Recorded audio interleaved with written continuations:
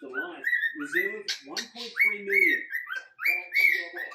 Next door, the favourite, 336 square metres, its reserve, 2.4 million. 3 million. I'm going to 5,000 a bit now. Quickly. Total sales, $5.6 million, almost $2 million over the reserves.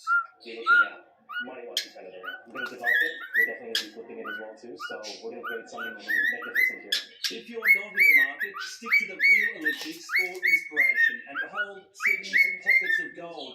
Northern Beaches took our top spot for most profitable suburb. In the past decade, 98% of all homeowners who sold made capital gains. Woollahra and the Blue Mountains followed suit with 97.8%. An equal third, Hawkesbury and Randwick at 97.7%.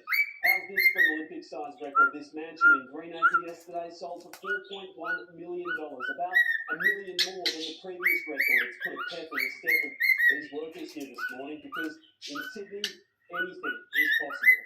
I believe Greenacre is still very undervalued, considering how close we are to Southfield. Sydney, faster, higher, stronger.